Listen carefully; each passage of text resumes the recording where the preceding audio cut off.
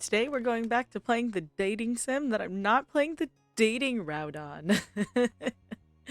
This time, if you didn't know, I'm an achievement hunter. And right now I'm going through and doing the one where we don't like him. So, we played through all the DLC. I figured I'm already playing the rest of them for videos. I might as well play like the base game that's free, by the way, on it anyway. So, without further ado, let's hop for my playthrough that is not me. I'm actually using a name that's not mine because with my actual playthrough, I've just been using my name. Well, my OC's name. I always change the last name even though I use the first name. So we can go with Wave. The family shopping trip had lasted most of the morning, and you still had to unload everything from the trunk before you could go enjoy the afternoon. You cradled another bag in your arms as you headed to your house. It was one of the heavier bags from the grocery store loaded with fresh apples, ripe tomatoes, a bunch of carrots, even half a watermelon. Mom came out the front door and paused ahead of you. Need any help with that, Ari? I can bring in the rest of the way if you want me to. Yes, please. It would be helpful. Yes, please. It was just too heavy. No, I've got it. You're doing fine. No, I've got it. You could just manage to hold it. You eagerly agreed with a nod in your head. You need someone else to take it. You didn't say anything. You could finish the job yourself, no problem. No. We're gonna pretend we're doing fine. Even if it was heavy, you wanted to bring it in yourself. Ma gave you an encouraging grin and rustled her fingers through your red hair. You settled You set the next bag on the counter. Your older sister began to root around inside for the contents with a sigh. How much is left? Still a few more bags. With a huff and a puff, Elizabeth continued putting away the groceries, and you retreated out of the kitchen before you could become the target of her bad mood. Be careful. Careful, Ari. You had been looking everywhere. You hadn't been looking where you were going and bumped right into your mom, almost stepping on her toes to boot. Sorry. I can give you a pass this time, but be sure to watch wherever you're going. If you run into the wrong person, you might get your license revoked. She grinned at the bad joke as you continued through the door. Outside, Ma had started organizing what remained and putting back any loose objects that had fallen out during the trip. When you stepped up to the trunk beside her, she took in a big breath of air, her dress gently swaying around in the breeze. It's a shame. It's a shame we had to spend the morning cooped up in at the shopping center. It's a beautiful day, don't you think? You tilted your head to the sky, gazing at the clear blue expanse. Yeah, it is. Days like today are my favorite. It's too hot. I wish it was raining. I like it when it's stormy best. You know what? I like a nice clear day. Good summer day, not too hot, not too cold. Fine. You closed your eyes and enjoyed the way the sun warmed your face for a few moments before turning back to help Ma with the groceries. Oh, hi, Cove. You noticed Mom wave over at Cove, who had just exited his front door with a surfboard propped up under his arm. Let me see. Surfboard, wetsuit. Where might you be off to on this beautiful day? Cove hesitated, looking a little startled, having been noticed. He stayed on his side of the driveway, but gave a small wave in acknowledgement. You didn't say anything. It was obvious he didn't want to be interrupted. Cove then promptly turned to head down to the road to the beach. Take care. He disappeared without paying your family any more attention. A shame he couldn't stop by to say hi. You know he isn't comfortable with small talk. We shouldn't force him. True. And you know I can't stop myself from talking, but you're right. You looked you continued to look the way he went as you became lost in thought. You were also gonna hang out at the beach this afternoon. You want to hang around the house. Beach. Beach all the day. It didn't change things. If Cove would be there or not, you could still have your fun. You refocused on the task at hand, making sure all the groceries got inside. Once everything had been put away, you leaned against the kitchen counter watching your moms busy themselves with lunch. You had a surfboard in your room that you wanted to take with you. Your family had a surfboard around here somewhere you felt like using. You were ready to go now. We'll take the surfboard. It'll be fun. You'd been practicing your surfing more and more lately. It was always ready to go. Can I go to the beach now? Sure thing. Sure, Ari. Just remember to bring some water. And maybe bring some for Cove, too. He's already there. She gave you a cheeky smile, and you knew your parents had hoped you'd become friends with Cove, but the two of you had never really clicked. After grabbing your board and getting everything ready, you headed down to the beach. Have fun. Have fun. Stay safe. When you made it to the shore, you were greeted by the crash of waves and the soft call of seagulls. You took in a lung of the ocean air and felt your tan skin warm in the sun.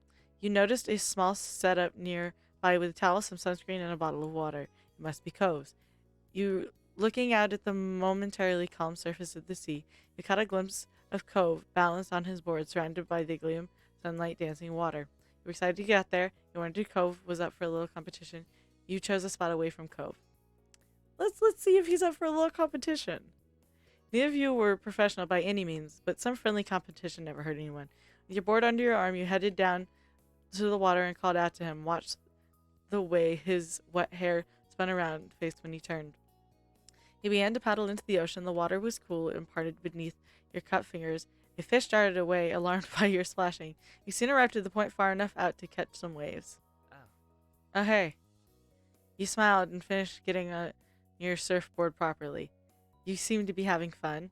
I was wondering if you wanted to try competing. His eyebrows raised incredulously.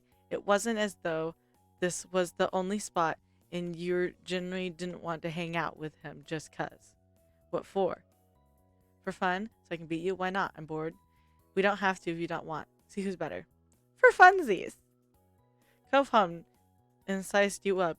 You glanced at his stance in return. He always looked more comfortable out here at sea than on land.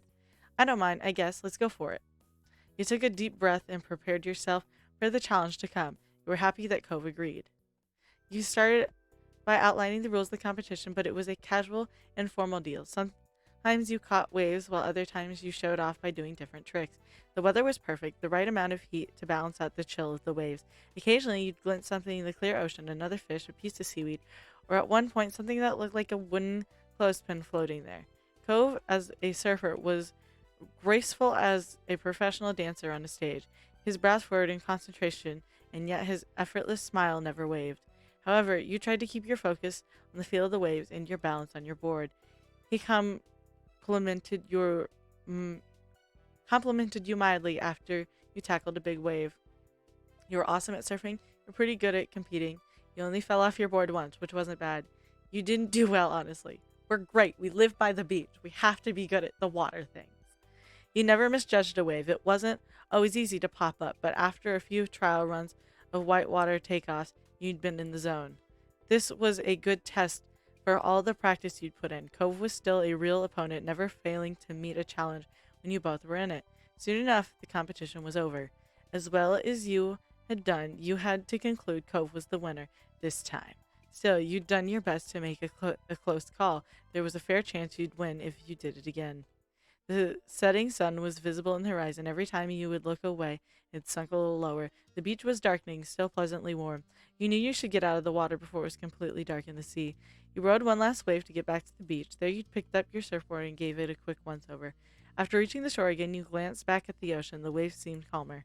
The beautiful sun was too pretty to turn away from. The warm colors were vivid in the distance, and you stood in the shallows with your eyes on the horizon. The sea lapped at your ankles, and you felt yourself sinking slowly into the sand. You heard a splash and noticed that Cove had stopped surfing as well. He took large steps as he climbed out of the ocean. Cove made his way over. He didn't say anything, but stuck around to admire the sunset. Cove broke the silence. The waves were good today, I think. Yeah, totally. Perfect, I guess. Perfect for surfing. Do you really think so? Perfect for surfing. He nodded mildly. You looked like you knew what you were doing. You just shrugged. Thanks. You didn't seem too bad either. You're still the best surfer here. Yeah? Thanks. He was humble about it, but you both knew it was true. You chatted a little more until the conversation truly died out, and all you heard was the rhythmic sound of waves. Then Cove sighed. The day can't be over, not yet. He scowled into the distance. If the sun exiting the sky was personal offense, don't you think it should be longer? Yeah, it felt long enough to me. Only shrug could express your feelings on the matter. Yeah, everybody wants the day to be just a little longer. Cove stood up straight in defiance, approaching the darkness. I'm not going home yet. I want to go somewhere. I don't know. Cove was still dripping in salt water. You weren't sure what the alternative was. Wetsuits were fine for the beach, but not much else. It wasn't a good idea for him to lug his surfboard around town either. Well, I need to call it a night. Yeah, I want to do something too. Well, she'll be welcome anywhere soaking wet like this. That one's funny. Cove finally took note of his current state and laughed. He shrugged, then looked down at the shore with his wide eyes shining. There's at least one place that always okay to hang out in, no matter what time it is. The park. You nodded. The park was virtually always empty. Even Elizabeth only went over there nowadays if she was looking for you. How times have changed. She used to be so protective of the place. In fact, the only person there was a chance of ruining into might be that Jeremy kid again. You brought the idea up to Cove, and he cringed, but I'm still going. The sun is still here a little. I'm staying out as long as it is. Let's tag along. Really? Okay. He definitely hadn't expected it, but it wasn't going to stop you. You hadn't expected that. Cove took a minute to put his stuff in order. He made sure to get it all, though he didn't take much care to shake off the sand. You dealt with your own things. Stuffed everything together quickly. I'm very weird about putting everything together after the beach very nicely. The two of you finished about the same time. As a final touch, Cove plucked his glasses off the beach and put them back on his face. He looked more like himself now. He led the way down the beach to the park. It wasn't far, so it didn't take you long at all. The sun still hadn't completely disappeared just yet when you made your arrival. Cove stuck his surfboard upright in the sand and tossed his towel over the top. By now, the two of you were mostly dry. The summer breeze on your skin kept you pleasantly warm. Cove idly went over to the monkey bars and grabbed them, feet flat on the ground, and pretended to go across. He definitely grown in the past few years. He'd also outgrown the monkey bars. You were way too tall to play on them properly anymore.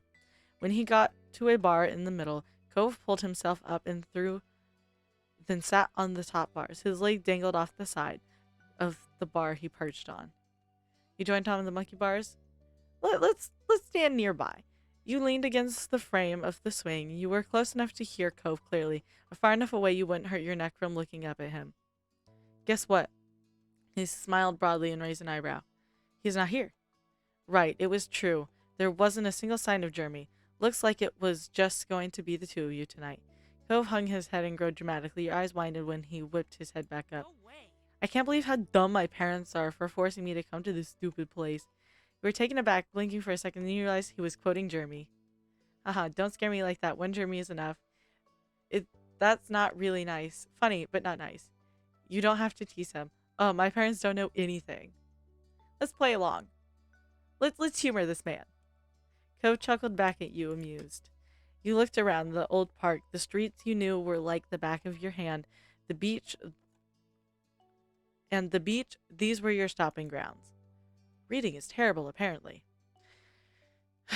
You wondered how Cove actually felt, how much was his joke just a joke, and how much was sincere dislike of this place. Moving had never been his choice. Do you actually like this neighborhood? I know you don't think it's dumb. You let the silence stretch between you two. Let's see what he actually thinks. Cove kicked his legs carelessly as they dangled, and he saw a smile. I like it here. I really do. It's a nice place. He didn't hesitate. There was no uncertainty. That was his genuine opinion. I like it too, but at least one person likes it here. You nod wordlessly. I love the beach. I would love to live there. A contended feeling fell between the two of you. It didn't take long for the day to finally draw to a close. The sun was gone and it was dark. You chatted a while longer, but it was definitely winding down. You'd better get home. I wish the days were longer. You chose not to say anything. Wish the days were longer, because then we can stay out more. I wish this day was longer. He felt his feet kicked out and made him look a little like a pouty child. Oh well.